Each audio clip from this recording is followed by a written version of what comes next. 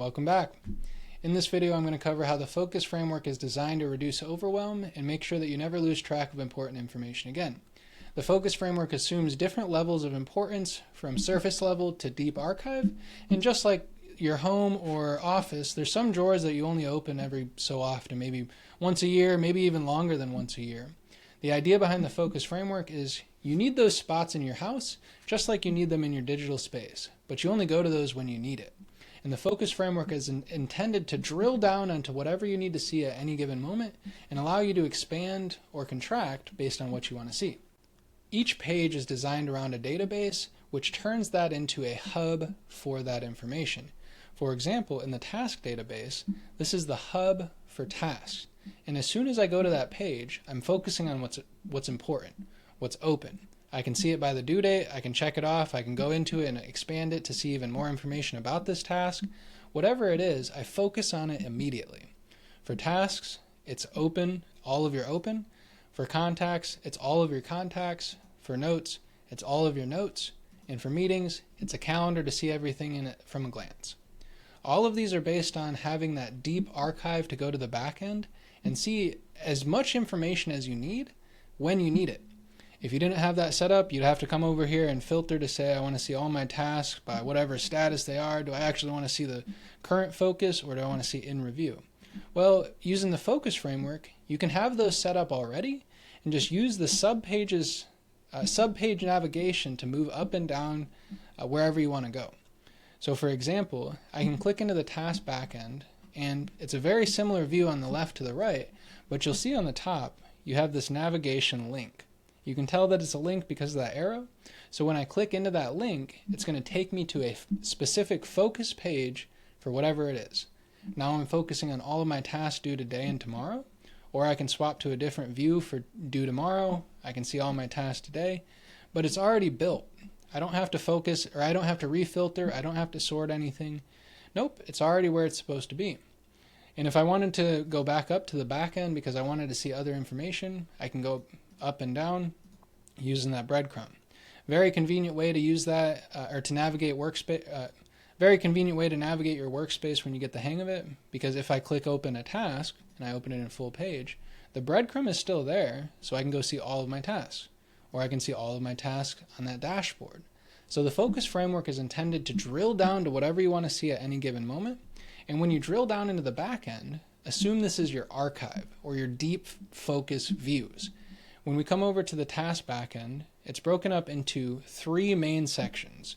You have your processing, or how to get it where it's supposed to be, such as if I captured a task while I was out working or on a walk or talking to somebody in the grocery store. I put a task into the system. I still have to add a due date. I have to assign a priority. Is it low, medium, high, or critical?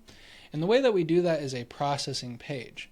Remember, you have the ability to drill down to whatever you want to see. So processing is up top. Next you have time-based, and then you have category-based, such as completed, archived, or on hold in the case of tasks, and then all.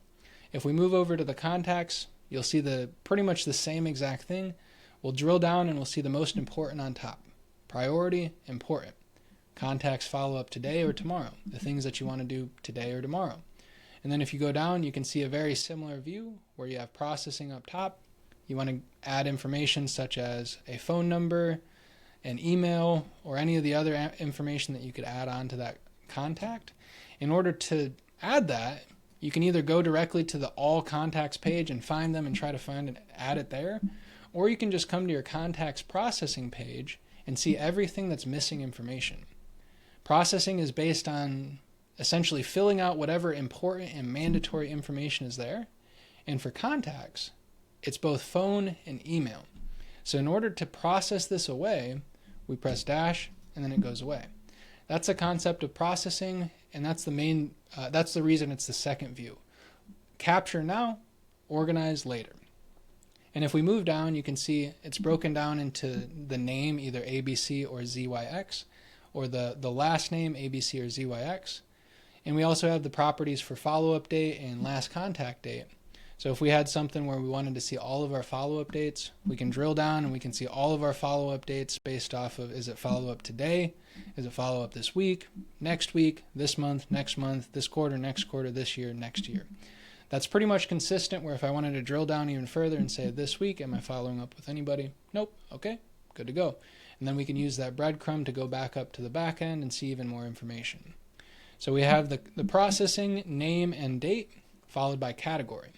So if I wanted to see any of my contacts by their tag, I can open and expand that toggle, or I can drill down even further and focus on the contacts by tag. You'll see that there's some consistency when you go down into it. You have the icon right here, and when we go over to titles, very much the same. It's not going to carry the title down here. We already have the title icon up top. So we use the icon to say that we're contacts by what? By title. And you can see all of the contacts for the different titles that they have. So if I come over to Brad, myself, if I were to change the title, we'll go and change the title to Martial Arts Master, I guess. You can see that it's now grouped by a different title. And the cool thing about the focus framework, you can open it any page, because every page inside of Notion, or everything in Notion, starts as a page. So you can open up the page and you can focus on all of that up here, but we'll swing back to that in a second. The main reason for the focus framework is you can essentially enter everything. If I want to see all my contacts by all of my contacts underneath Martial Arts Masters, well, I can come over to the main page for Martial Arts Masters, and I can see just myself because I'm the only martial arts master, I guess. I'm going to go ahead and unchange, I'm going to change that back, put that back over to Systems Advisor, and you can see now I am the one contact as a System Advisor as well. So moving it back up to the back end, you can start to see how the focus framework allows you to focus on whatever you want to focus on. If you know what you're looking for, go find it. If you don't, you come up to the top, which is basically going to have everything. But if you know what you're looking for, just drill down and say, I want to see all of my contacts by what? Their tag, okay, or their title, and then you can see all of them by their title. It's a very convenient way to navigate up and down, as long as you understand that your main page will be your full compact CRM. You can always reset. It's going to take you a little bit to get the feel of this digital office, like starting a new position, or buying a house, or moving to a new location. You're always going to have to get the feel for it, but once you get the feel for it, it becomes second nature. So to circle back around, I want to cover a little bit more of the back end, because it's relatively simple when you understand the back end. You can watch this video a few times to make it make sense, and once it makes sense, it'll never not make sense. But what I wanted to show here is the level of consistency. It's always going to be processing or status. You saw status and priority for tasks. Next is always going to be a description base, such as the name or the date. Date's on the right because there's a lot more dates for contacts.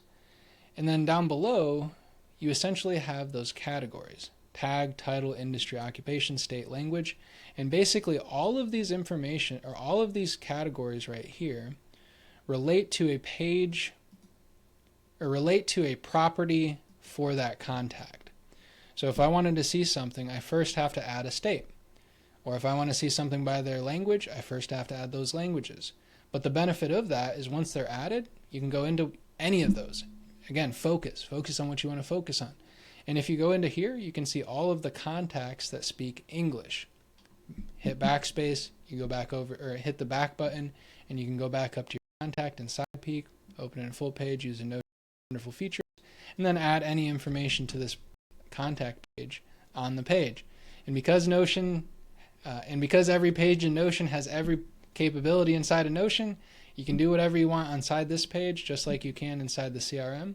And you can really get the full functionality of Notion inside an individual contact, or you can set up individual dashboards to do the same thing. It's really versatile in however you want to organize. But the focus framework is designed to make sure that even though it might seem like a lot the first time you're watching it, you can always find it. And every single page always has an archive, or all contacts, or all whatever database it is. So all contacts, all notes, all tasks, all meetings, however you want to do that. There's always that all focus view. And that's the best place to start if you don't know where something is. You have that all view right down here, and if I'll just go to the focus framework right here, you'll see the consistent views across every single database. Every single view that you're going to have should always have these 4 consistent views. List, to see something in a highlight view like this. Card, to see the information in a more gallery style visual format. You can even do something like this using the card if you prefer to see images. You can add a preview to say I want to see the headshot, and then you can see them. You see it's cut off over here. Notion features are a little bit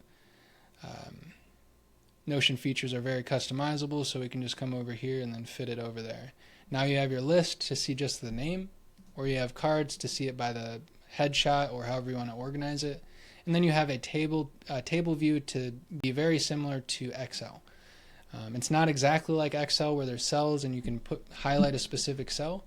Essentially, each of these are their own pages, and when you click into any of those pages, it has the consistent information for that database. I'm going to repeat that again.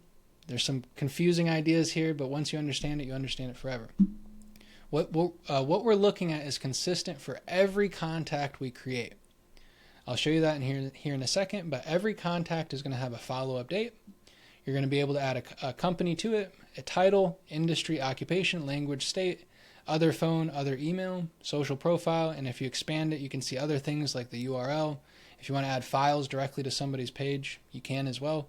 Notion gives you unlimited uploads, and you can just add it right to somebody if they sent you something right there. Very easy way to do it. And then up top, you can see some of the pinned information. Headshot, pretty simple to see that right there if you want to see who you're looking at. Phone, put it right at top, so whether you open it on your phone, iPad, or whatever computer you open it on, it's the first thing that you see, so you can either call or email somebody. And the information inside of this, they're always going to be consistent. So I'll undo that right there, and I'll show you something with a new contact. So if I create a new contact, everything is empty. Because we can come in here, we can add a file like that, just add it, upload a file, put an image in there. I'll show you that here in a second with the companies. Add the phone number like I mentioned, add the email like I mentioned. And the thing that you don't want to do is change the title. If I change the title right here, email test example, that changes the title everywhere. So if I come over to Brad, we'll see here that the name of that property got changed. So if I was trying to say, change this to my email over here, and I was like, we'll do Brad at notionproviders.com. Well, when I update the name, it's not updating the actual contact, it's updating the property for every single contact. So whenever you're adjusting this, make sure that you leave the properties alone, and then just edit the information inside of those properties. You can select it, and if there's nothing that exists, say that we want to create a lead advisor. If we want to create a lead advisor, we have some financial advisor, system advisor, and lead consultant, but we don't have any lead advisors. So rather than try to connect it to something that doesn't exist, you can always just click this new button down below. So new lead advisor in all titles database. And when I click that, it's going to add that title to this page. You can do that for any of these industries. So industry, let's do healthcare. I'm pretty sure there's a healthcare in here. Nope, there isn't. So the healthcare industry is not here. We have health services, so that could be close enough. But if you want to get specific and this doesn't exist, you click that new healthcare. And you'll see that this one took the icon, but the title didn't. And in order to add that icon, it's really simple. Everything is a page. Click into that page, and there's a starting empty block where if you backspace, you can apply a new title, and then it accepts the icon and puts all the on-page information so that you can see your contacts back and forth. Very neat way to do it, and all of the tabs up top, these are called relations, and it's completely customizable. So whatever you put in here, you can move these around if you want to move them around. Though we put a lot of thought into making this as simple and organized as it makes sense, or as it should be. That way every time you come here, it follows a pretty logical order that you have. And then you have some back-end properties that make it work, make it all work so you can have those focus views. some of the last contact dates, first name. This stuff's not going to be here until you actually have contacts with the interaction. So if you want to leave a trail for what you've done on a contact, you can come over to the different tabs and either leave a task for that contact, leave an interaction of what happened with those, and you can see here there's a tooltip where if you hover over it, you can see it right there. If you want to have a meeting with a contact, you can come over and see all of your meetings like this, and then use the other tabs to say testimonials, addresses, or tags to say, I want to say that this contact is a high value contact. Put it in there, add a description, see all the other high value contacts, and you can essentially just keep on clicking forward if you want to keep clicking forward and get back to wherever you were. The biggest thing to remember is don't change the properties, keep them where they are, and then all of the information that you're going to find, it's going to be there whenever you need it, and you're going to get the feel for it as you start to use your system a little bit more. So I'm going to go ahead and delete this page, or I'm going to go ahead and delete the new page right here. Just delete it and move it to trash. It's already getting full width, so we don't need to do anything like that, and that didn't really matter right there. So just deleted that to get it out of there and back to where it's supposed to be. I'm going to go back up to the back end, and then I'm going to go to the contacts and show you how to add a company. There's some things that as you start using this a little bit more, you're going to focus and you're going to get the hang of it. But you can see here that when you drill down to the companies, we're now in contacts underneath of companies. We have 2 companies to start, Acme and Notion Providers. If we go into Notion Providers, you can see consistent sections where if a company is using a different name, DBA, put it there. Description, write a description about those, and you'll start to see some consistency in the properties as well. Everything has a file and media, everything has a URL, everything has a description so that you can always write whatever you want to about it. You can always leave a trail with a URL, and you can always add files and media because that's one of the best parts about Notion. One of the things that you're seeing here right now, you have the contacts down below, you have a tag down on the bottom right, and then some pages, not all, some pages have this card view to basically show you a snapshot of what's up here down in a card style. Not everything has it. We'll show you in Acme. There is the view for it, and in order to get it to show up, just click that card button and it'll pop up over here. And then you can see that there's no contacts, no business tags, and Acme is completely empty except for the corporation type and the relationship of client. So a lot of times I'll leave stuff empty until I have information to fill it in. The great thing about Notion is that it doesn't go anywhere. It's yours forever. You own the data. So when you put it in here, it's not going to disappear on you ever. You can always come back and say when you figure out what their industry is, say they were human resources, Acme, or maybe we want to do engineering instead.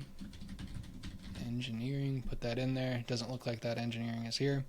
And darn, it's not actually engineering. Well, we can click into it and say it's civil engineering industry. Hit that new industry button, it'll capture the new icon, and then you see all of the contacts and companies underneath this industry. I hope you're staying with me.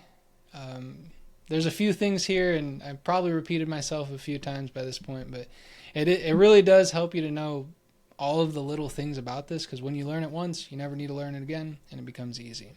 So we can see here I added the information, and if I had the other information to add, I could put that there, such as acme.com, put it in the actual property. We'll do email of j.smith@acme.com, and then you can always find that email right there. And even the icon can be changed if you want to upload a new icon, whatever you have over here, any images. For example, the Acme logo, put it in right there. You can save it to the workspace at large, so you can reuse that if you want, or you can just put it right there and add some more information. So that's pretty much the focus framework and how the on-page layout looks. You have the back end very consistent, most important, so featured companies, followed by the right side of essentially information to go into. So clients, if you want to see all your clients, focus in on that. Or if you want to see all of the business relationships, click to the business relationship tracker and see how many partners you have in what area, providers, clients, and all that information. Looks like this is still related to something a little bit outdated. We might be doing a aggregation. I'll fix this before it gets out, but Move you back up to the back end and you'll see the same thing, processing if you want to add information about them, phone number, email. Same thing by the name, same thing by the categories, relationship, type, tag, industry, state, and then it's always finished by archived and all. You can always open up all, you can always see all of them just like that, and then everything is smooth. So moving it back up, just keep on clicking, and we'll go up to the Compact CRM homepage. We pretty much went through the focus framework at large. There's a lot of tips and tricks that we're going to cover in the next video, but as long as you understand the general framework, start adding information using those buttons, whether it be on tasks, contacts, notes, and meetings. There's always going to be that simple button to add, and wherever you add that from, it'll always end up in the database. If you understand that, you'll never get lost. It might take a second for you to understand, but you'll never get lost, and you'll continue to build this out and build something that lasts as long as you want it to last. So to end this video off the right way, we're going to talk about the personal dashboard and how all of the focus frameworks come together. Because while you can focus on the contacts or focus on the task and always drill down to whatever you want to see, sometimes you want that day at a glance and see everything from a single dashboard. That's what you'll see all over the Notion space, people creating individual dashboards and trying to put everything onto a single page. And that works out great when you're using something like the focus framework, because while you want to see everything in your day at a glance, you still have that deep back end to always see whatever you want at a given moment. But the main dashboard is where your day at a glance is going to be, and you can always find just the most important information and the highlight of whatever you have going on. Use the main focus views for deep back end, use the personal dashboard for your day at a glance, and you'll never go wrong. So we're going to pick back up in the personal dashboard on the next video and talk about your day at a glance and how you can always find anything from a single page. All right, I'll see you there.